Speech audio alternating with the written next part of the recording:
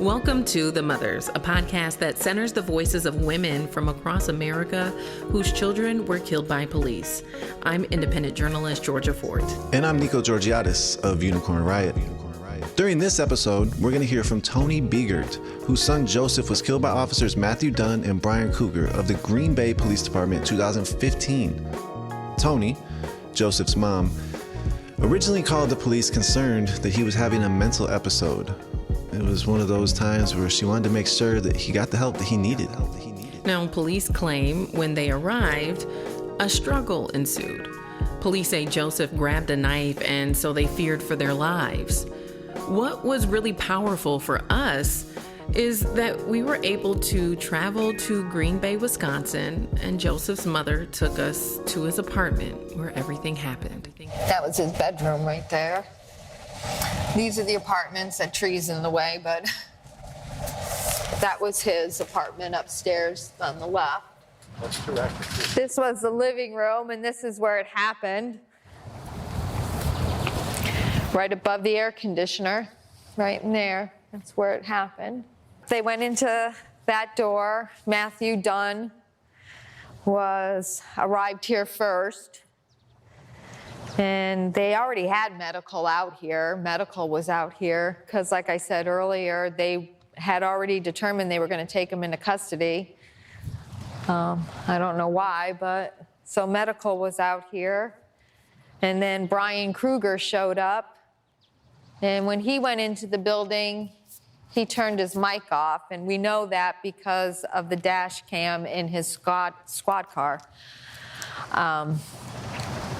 But it was from the time they were dispatched, got to the apartment, entered the apartment, it was less than 5 minutes that my son was dead. And that's from the time they were dispatched here. And that's all recorded, but by the time when Joseph opened up the door, he was gone, and just a little over 2 minutes. It was a little over 2 minutes. Yeah, I remember being in the car. I remember being in Green Bay with Toni and just remember how challenging it was for her to take us back. She hadn't been there very much, and yeah, I think it was her first time back. I think so. And I think she said she was a bus driver, and she even didn't want to be on a route that would go anywhere near where her son was killed. Yeah. And she feels guilty because she called the police that ended up killing her son. As a mother, when I heard her say that, man, it just broke my heart. Because I can't imagine what it must be like to live with that guilt, you know, and my prayer for her is that she releases that, you know, because it's not her fault that this happened. Yeah, you know, real quickly as she talked about, you know, depression in general, which her son was dealing with, and how even that now is sort of just called a mental illness, and people are treating it much more serious as they did in 2015, and it's only a few years back, you know. But yeah, that guilt, I agree with you. I think through time, hopefully, it's one of those things where it can be healed. Now, a few months after Joseph was killed, evidence was released that included a dash cam video with audio that gave us an ear into what really happened. We're going to play a clip from that. Take a listen. Whoa. Hey, don't get stupid. Get your hands behind your back.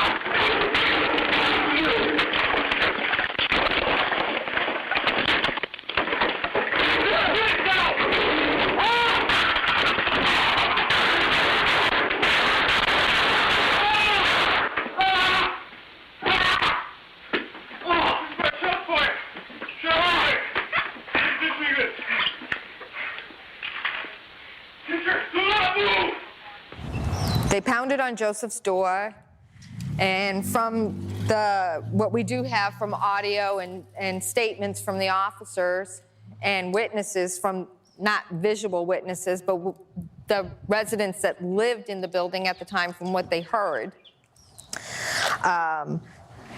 When they first pounded on the door, Joseph didn't realize it was the police, so he actually calls 911 himself. And then I don't really know when he realized it was the police, but he did, and he let them in, and he sat on his couch, and they asked him if anybody was in the apartment, and he said no, and then he was like, I don't know. So they searched his bedroom, and they asked him if he took any pills, and he said 3. But they said they seen some pills on the floor. And in their own words, they said that he was cooperative, like he wasn't showing any signs of being aggressive. He wasn't verbal. He wasn't yelling at them. He was just sitting there, and they said he just looked like he was sad. And then they decided they were going to take him into custody, so the officer told him to stand up. He was going to pat him down, and somewhere something went wrong, and they intentionally tripped him to the ground, and they beat him. They punched him in the face. They were beating him. They tased him, and then they shot him. According to witnesses in the building, it sounded like firecrackers going off. They actually are lucky they didn't shoot themselves, because they blew the TV out. One of the bullets went into the apartment downstairs. They actually, I think they retrieved 2 bullets from the ground. I know for a fact 1, but I want to say there were 2. Shortly after, there was a silence. Witnesses said it was silent, and then you heard 2 more gunshots. So they shot my son 9 times, and they executed him. They shot him in the head. And then they were still yelling at him to not move, like, don't move, don't move. And it's like, do you really think he's going to move? And then they handcuffed him. I mean, he's gone. He's already gone. And he didn't even die right away. Like, that's another thing, too. He didn't even die right away. You can hear on the audio him shallow breathing. And they didn't even let medical into the apartment. Neither one of them performed first aid on my son. They just watched him die. And then it took them several minutes because they had to secure the scene. And then it's justified. All of that's justified. How do you justify something like that? How do you say that's okay? And it isn't until after he's shot that you hear one of the officers say, I've been stabbed. And then all of a sudden now we have a knife with no blood. Well, maybe, I don't know. Doesn't look like there's any. In the picture. Doesn't look like there's blood on the knife. So you were just hearing from Toni Biegert there. Nico, what else stood out to me about this case? Well, what's that? How the family was treated after it happened. I remember she told us that it was hours before she was actually informed that her son had been killed by police. I don't even remember how many hours later. It was lots of hours later. They came to my apartment, 4 men dressed in suits, to inform me that my son was deceased. They didn't tell us how he died. They just kind of pulled, my youngest son was there, they pulled him to the side and asked him questions because they had to get some kind of feel about who my son was and what he was going through. You're listening to episode 5 of the Mother's Podcast. Coming up, we're going to learn more about who Joseph was and how Toni is turning her pain into power. Why he got it out? Tell me why. Why she got it out? Tell me why. Why we got it out? Got the hands on the police, the one that's no peace. Tell me why. Why she got it out? Tell me why. Why he got it out? Tell me why. Why we got it out? Got the hands on the police, the one that's no peace. Murder on the scene, Tony's son gets shot down. Tell me what it means when she ain't got a child now. He was at the crib by herself all alone. Police paid a visit 5 minutes gone. Only 30 years old, never mess with a gun. But 9 shots later, Joseph Biegert was done. Cop claims self-defense, belly sporting a bruise. Family try to go to trial, but you know they gon' lose. That's the facts of the situation here in the States, where poor lives don't matter to the Trumps and the Gates. So sad to see anybody murdered in cold blood by undertrained police. Trust me, there's no love. That's why I say burn it down to the ground, and make them feel how we feel. Yeah, I know how that sounds, but gee, something's gotta change. How they treat us is lame. The new fruit's still strange, and we ain't tryna hang. Now tell me why. But the children of the slave, they don't understand. Even though we don't totally understand, because you'll never know why. Why he gotta die? Tell me why. Why she gotta die? Tell me why. Why we gotta die in the hands of the police? Don't wanna that's no beef. Tell me why. Why she gotta die? Tell me why. Why he gotta die? Tell me why. Why we gotta die in the hands of the police? Don't wanna that's no beef.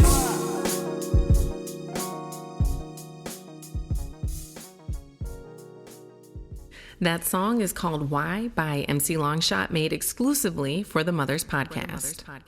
My favorite memories of him is probably him being a goofball, or just, I don't know. There's a lot I miss about him. He liked playing video games. He was passionate. Like, if a movie was coming out, he wanted you to watch the trailer clip. Even if you didn't want to watch it, he'd be like, oh, come on, Ma, you can watch it with me. I mean, things that he loved, he was very passionate about, and I miss that. I miss the fun part of him. I miss hearing him tell me he loves me, or hey, I even miss him yelling at me, being mad at me, arguing with me. I miss all that. Toni, like so many of the mothers we've interviewed, has begun to turn her pain into power. Toni has advocated for mandatory crisis intervention training to be implemented in Green Bay and across the state of Wisconsin, so that officers are better equipped to deal with someone who's having mental health issues. And that's one of those things, mental health issues leads to a lot of deaths. Those types of disabilities, the police really do not know how to deal with them, and have really not been trained in dealing with crisis. And so this is a quite an important task that Toni's been tasked herself with for these last several years. Obviously she didn't want to be doing this with her life. She didn't want to have her son killed. Well, she's also now, I remember her talking about, she put up billboards throughout Green Bay to build awareness of these efforts that you just talk about. The 2 involved officers that killed Joseph were actually able to attend a training after Joseph's deaths. However, that didn't quite go the way Toni had hoped. I know that both the officers that shot my son in February of 2015, that June, they both took the class, but neither one of them finished it. They walked out. They walked out of the class because they didn't like what one of the speakers had to say. One of the speakers, they felt that the speaker went off on her own agenda and was directing the class towards those 2 officers. Well, what her subject was, she said in her teaching, she said that if a mother calls 911 to do a wellness check on her child and the child ends up dead, that's not acceptable. So at that moment, they walked out. So they never even completed the course.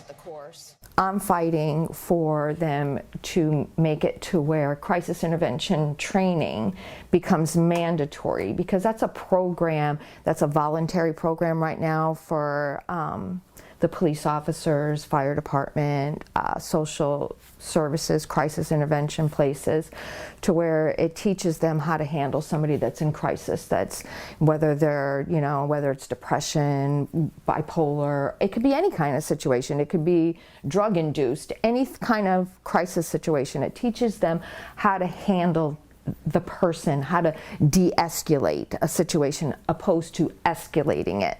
Because our officers today do not know how to de-escalate anything.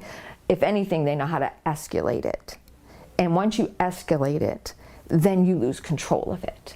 And with this crisis intervention, it gives them 40 hours. Is 40 hours enough? No, but it's a start. It's something. And does it fix our problem? No, because we have a really big problem. But you got to start somewhere. You got to take those baby steps. So in my town, I'm fighting for it. I've been meeting with representatives, common councils.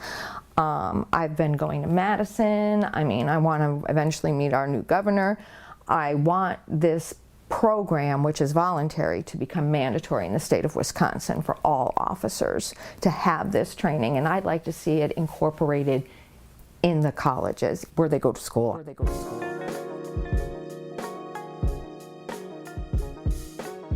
You're listening to episode 5 of the Mothers Podcast, presented by Unicorn Riot, featuring myself, Georgia Ford, and Nico Georgiades. Music in this episode by DJ Skiz, raps by MC Longshot, recording by Malcolm Wells, and post-production by Different Worlds Music Group. Thank you, Georgia. When we were in Green Bay, Toni Biegert, who's talking about her son Joseph, took us to a park bench that she also dedicated in honor of Joseph. You know, I didn't even realize this at the time, but the day we were there was the anniversary of my daughter's passing. And what's crazy is I remember at the beginning of July, I was thinking to myself, how am I going to honor my daughter this year? I always try to light a candle or release balloons or just go through old photographs, right? And so I was having this thought early in July. And then the next thing I knew, it was August. And I felt so guilty. Because it was the first time after 13 years since she had passed away that I didn't honor her on that day. And so I started to cry, and I was like, what was I doing? And so I looked at my calendar in my phone, and I went back. I said, what was I doing on the day that she died? How could I forget that? And when I looked at my calendar, I was in Green Bay, Wisconsin with you, with Toni. And I was actually honoring my daughter by amplifying the voice of a grieving mother who may otherwise not have a place to share her story. And so I found peace in knowing that honoring other women in this way has become so much a part of my life and my purpose, right? That, like, what better way to honor my daughter? And I think that's how I've turned my pain into power, is by understanding that, it's very challenging to lose a child, and I've made it this far. And so if there is any way that I can help another mother who's grieving the loss of their child, that's my duty. And that's how I can help, right? And that's how I can keep my daughter's legacy alive. But I wanted to share that because, this isn't necessarily easy work that we're doing, but it's very meaningful. For me, it's deeply personal.